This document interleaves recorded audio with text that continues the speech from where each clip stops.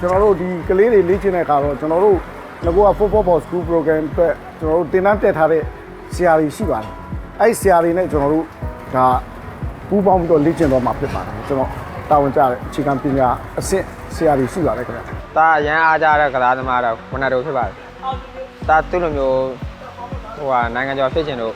သူ့မျိုးလိုက်ပြီးတော့ကစားပါတယ်ပရီစီယာနိုဝနတိုလိုမျိုးဒါဖြစ်ချင်မျိုးဒါဝနတိုသူတို့လိုမျိုးဖြစ်အောင်လို့တောက်လုပ်ပေးပါဒီသိရှိတဲ့ကလေးတွေပေါ်ပေါက်လာမယ်သူတို့အတွက်အများအား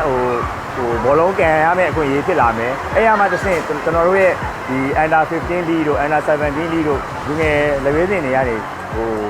ဝင်ပြိုင်နဲ့မှကျွန်တော်တို့ကအကယ်ဒမီကိုရွေးချယ်ခြင်းခံရမယ်နိုင်ငံလက်ဝဲစင်ဖြစ်ရွေးချယ်ခြင်းခံရမယ်နိုင်ငံအကုန်ဆောင်နိုင်မယ်ပေါ့နော်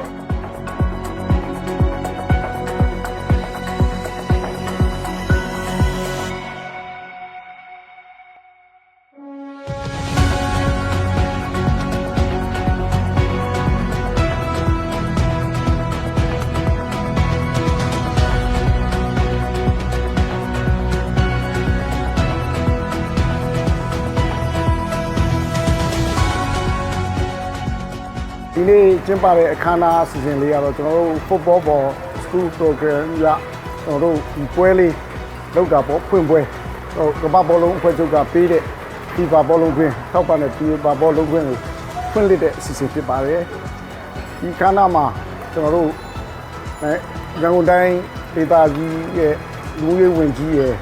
လက်စားရေးရာဝင်ကြီးရဲ့နှစ်ယောက်တက်ရောက်ပြီးတော့ချင်းမြင်ပေးတာဖြစ်ပါတယ်မြန်မာဘောလုံးအဖွဲ့ချုပ်ဥက္ကဋ္ဌရတော့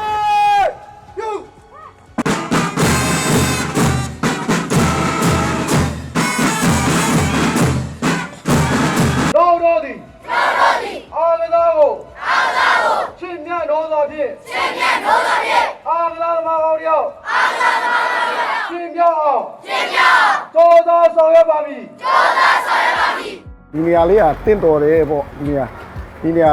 လိုအပ်တဲ့အနေထားလေးလည်းရှိတယ်ဆိုပြီးတော့မှဒီပွင့်အစီအစဉ်ရသွားတာပါအဲ့ဒါကို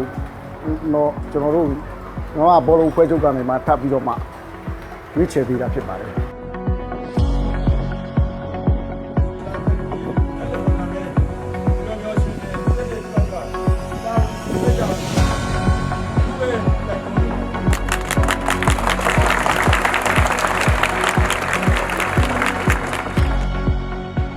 ဒါကတော့ကျွန်တော်တို့football school program ပေါ့နော်အဲ့ဒီဟာကတော့ကျွန်တော်တို့အခုလောလောဆယ် kick off ကဒီနေ့တပြိုင်တည်း6မြို့နယ်မှာကျင်းပပါတယ်ရန်ကုန်တိုင်းဒေသကြီးရယ်ပဲခူးတိုင်းဒေသကြီးရယ်ကျွန်တော်တို့မန္တလေးတိုင်းဒေသကြီးရယ်ကျွန်တော်တို့နေပြည်တော်ရယ်ပသိမ်ရယ်တောင်ကြီးရယ်ဆိုပြီးတော့ပြည်နယ်မှာပေါ့ဟုတ်ကဲ့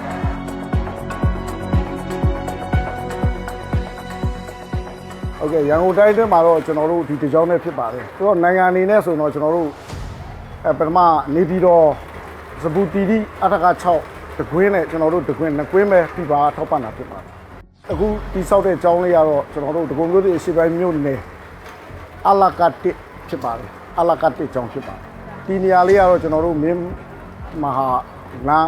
လမ်းတွေနစ်ပေါ့လေလမ်းတွေနစ်ရက်ွက်စနစ်ဖြစ်ပါတယ်ဒဂုံမြို့တွေအရှိပိုင်းရက်ွက်စနစ်ဖြစ်ကျွန်တော်တို့ကတော့အခုဒီအားလုံးထောက်ပံ့ထားပြီတို့မြမဘောလုံးဖွဲ့ချုပ်ကလည်းဘောလုံးတွေထောက်ပံ့ထားဖြစ်တဲ့အတွက်ကလေးတွေကလည်းဝါသနာပါပါတယ်ဝါသနာပါတဲ့အတွက်နေ့စဉ်နေ့တိုင်းပေါ့စာတင်ချိန်တော့စာတင်ပြီးတဲ့ခါကျတော့အားလတ်ချိန်မှာတော့ကျွန်တော်တို့ဒီကလေးတွေကိုနိုင်ငံတော်အတွက်အားထားရတဲ့အားကစားသမားကောင်းတွေဖြစ်အောင်ရွေးတင်လေ့ကျင့်သွားပြီးမယ်လို့ကျွန်တော်စီစဉ်ထားပါတယ်ဗျ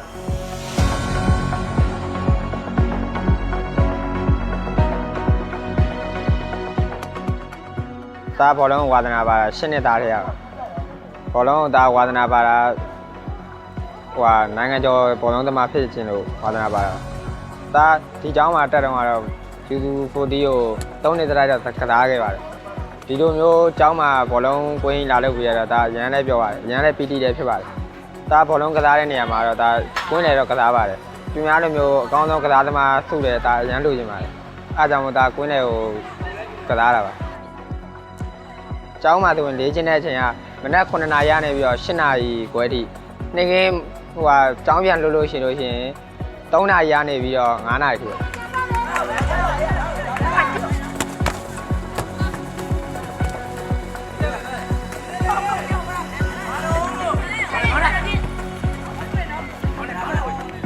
ကျွန်တော်တို့မြန်မာနိုင်ငံဘောလုံးဖွဲ့ချုပ်အနေနဲ့ကကြတော့ FIFA ကနေပြီးတော့မနစ်ကနေပြီးတော့ဘောလုံးဒီ site 4ပေါ့နော်ဘောလုံး edited site 4အရေးအတွက်42,960ပေါ့နော်အဲ့အလုံးရေအတွက်ကိုကျွန်တော်တို့ဟိုပေးထားပါတယ်အဲ့ဒါကတော့အဓိကကတော့ဟိုဥက္ကဋ္ဌဦးစောစောရဲ့စံနာအရပညာရေးနဲ့ချိတ်ဆက်ပြီးမှသာတင်ဒီလူငယ်တွေရဲ့ကဏ္ဍကဖွံ့ဖြိုးလာမယ်ပေါ့နော်အရင်တော့ကျွန်တော်တို့ဟိုးအရင်တော့ကျွန်တော်တို့ဒီနေ့တိုင်းတွေလုပ်ခဲ့တယ်တောင်းပေါင်းစုံဘောလုံးပွဲတွေလုပ်ခဲ့တယ်အဲ့ဒါလေးကိုပြန်ပြီးအသက်သွင်းတဲ့အနေနဲ့ကျွန်တော်ကဒီကျောင်းတွေကိုအခြေခံအုံးမြင့်ဖြစ်တဲ့ကျွန်တော်တို့ကဒီ football school ကနေစပြီးတော့ဟိုပံ့ပိုးခြင်းဖြစ်ပါတယ်မြန်မာနိုင်ငံဘောလုံးဖွဲ့ချုပ်အနေနဲ့ကကျွန်တော်တို့ကပညာရေးဝန်ကြီးဌာနနဲ့ပူးပေါင်းပြီးတော့အားသားနဲ့ငွေငယ်ရေးဝန်ကြီးဌာနနဲ့ပူးပေါင်းပြီးတော့ပေါ့ကျွန်တော်တို့ကဒီ PE ချိန်တွေရှိပါတယ်ဟိုကျောင်းရဲ့ PE ချိန်တွေရှိတယ်ပေါ့နော်အဲ့ကျောင်းရဲ့ PE ချိန်တွေမှာကလေးတွေကကိုဝါသနာပါတဲ့ဒီအားကစားကိုလုပ်ရတယ်အဲ့ဒီမှာကျွန်တော်တို့က football school ကိုတတ်မှတ်လိုက်ခြင်းအပြင်ကလေးတွေဒီဘောလုံးအားကစားကိုသူ့ရဲ့ PE ချိန်မှာကန်ခွင့်ရမယ်သူတို့ရဲ့ဒါတင်ယုံညွန်းတဲ့တစ်ခုထဲမှာဒီဘောလုံးပညာဆိုတာလဲပါသွားမယ်ပေါ့နော်အဲ့တော့ကလေးတွေကနေတစ်ဆင့်ကျွန်တော်တို့ကအကယ်ဒမီရောက်လာတော့မှကလပ်စင်းတွေရောက်တော့မှဘောလုံးကိုကန်တာမဟုတ်ဘဲနဲ့ဒီကျောင်းမာတွေကကန်လာတဲ့အတွက်ဟိုပို့ပြီးတော့အထီးရောက်မယ်လို့ထင်လို့ပါခင်ဗျာ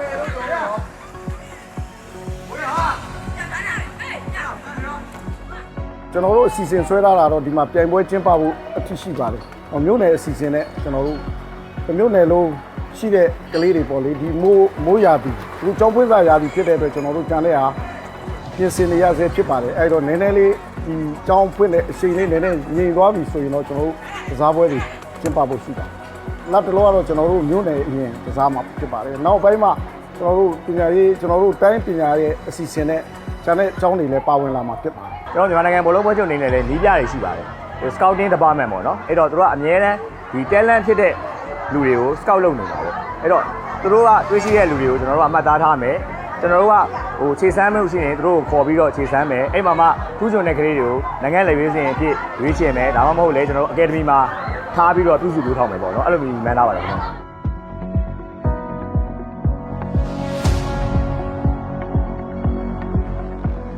ကျွန်တော်တို့မြန်မာနိုင်ငံဘောလုံးပွဲချုပ်ရဲ့စောက်ဖို့အတိုင်းပေါ့လူငယ်ကလေးတွေအားလုံးကလူတွေအားလုံးကနေရာနိုင်များမှာဘောလုံးကန်နိုင်ရမယ်ဆိုတဲ့ဟာမျိုးပေါ့အဲ့တော့ကလေးရနေစပြီးတော့တင်ကြားမှာအုံမြင့်ချခိုင်မတာနေကျွန်တော်တို့ကနောက်ဆုံးကျွန်တော်နိုင်ငံကုံဆောင်မဲ့လေဝေးစဉ်ဟိုဖြစ်လာမှာဖြစ်တဲ့အတွက်ဟိုဒီငယ်လေးတွေကကိုဝါသနာပါတဲ့အလုပ်ဟိုအားကစားကိုအများနဲ့လုပ်ကြပါလို့ပြောနေပါတယ်